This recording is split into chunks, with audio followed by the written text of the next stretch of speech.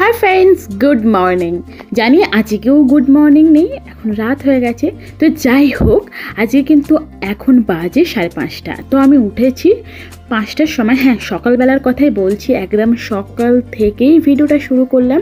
আমি একদম সকালবেলা উঠে ফ্রেশ হয়ে আগে চলে গিয়েছিলাম এই যে আমাদের মেন এনার্জি ড্রিঙ্কসটা বানাতে। তারপর ওটা ঠান্ডা করতে দিয়ে আমি রেডি হয়ে গেলাম, আর তারপরে খেয়ে নিয়ে বেরিয়ে পড়লাম আমাদের সকালবেলা মর্নিং ওয়াকে।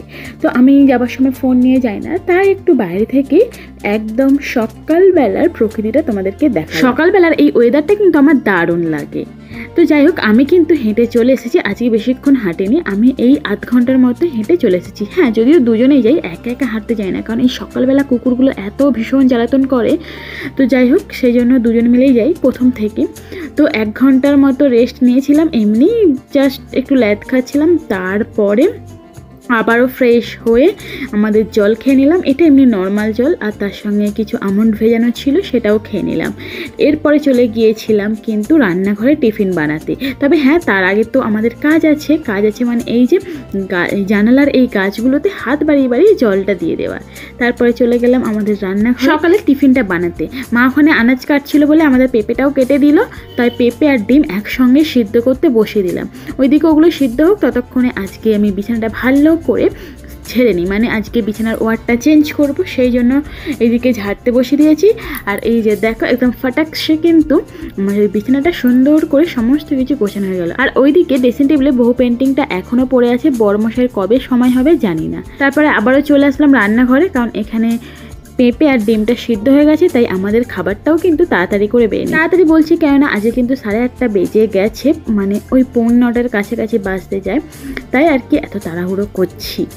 তো যাই হোক, এই সমস্ত কিছু খাবার রেডি করে নিয়ে ডিমটা কেটে ওপর দিয়ে একটু গোলমরিচের গুঁড়ো আর অল্প করে লবণ ছড়িয়ে নিয়ে আমি চলে গেলাম টিফিন করতে। তখনও কিন্তু বড়মশাই এখনও আসেনি, মানে ও একটু ফ্রেশ হচ্ছে। আমি ভাবলাম তাহলে আমি তাড়াতাড়ি করে খেয়ে নিই, তারপর ও এসে ওর মতো সময় করে খেয়ে নিক। তো আমি খেয়ে উঠে পড়লাম।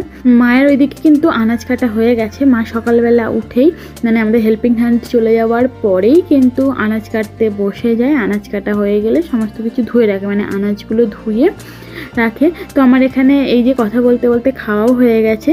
তো গিয়ে দেখি আজকে মা কী আনাজ কেটেছে। তো আজকে হবে ইলিশ মাছের মাথা দিয়ে পুঁই শাকের চচ্চড়ি, সেজন্য পুঁই শাক আর কুমড়ো, আলু, বেগুন কেটে রেখেছে।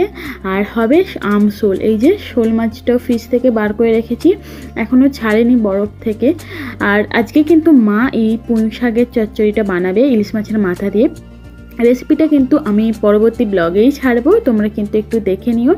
মায়ের এইদিকে রান্নাটা হয়ে গেছে, আর এখন বাজে এই 11:45-র মতো। ততক্ষণে আমরা কিন্তু ফলটা খেয়ে নিয়েছি।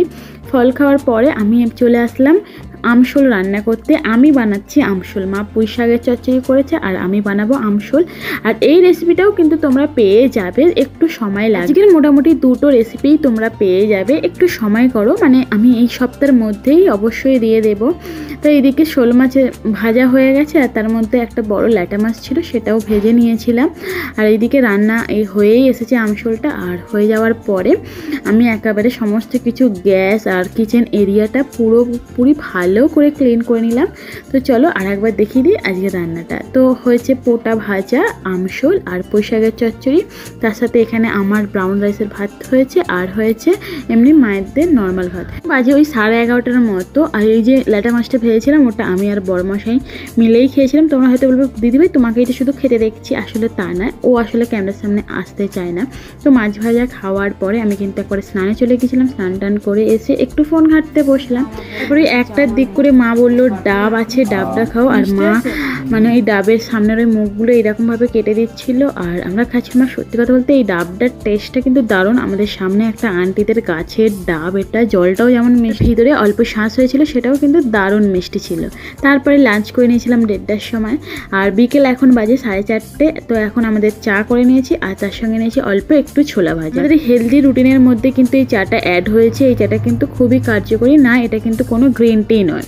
এটা অন্যরকম একটা চা। তোমরা যদি জানতে চাও তাহলে অবশ্যই কমেন্ট করে জানিও। তো তারপরে আমি যথারীতি 1 ঘন্টা আবার ব্যায়াম করে নিলাম। তারপরে এসে আবারও আমাদের এটা অন্যরকম আর একটা এনার্জি ড্রিঙ্কস। এরপর 8:30টার সময় আমরা কিন্তু ডিনারটাও করে নেব। এই ছিল আজকে সারা দিনের রুটিন। এইরকম ধরনের ভিডিও দেখতে হলে অবশ্যই কিন্তু আমাকে কমেন্ট করে জানিও। ভালো লাগলে অবশ্যই লাইক করে দিও, তার সাথে কমেন্ট করতে ভুলো না। তাহলে আজকে এই পর্যন্তই, দেখা হচ্ছে পরবর্তী একটা নতুন ভিডিওতে। ততক্ষণ ভালো থেকো, সুস্থ থেকো। আজকের মতো টাটা, বাই বাই।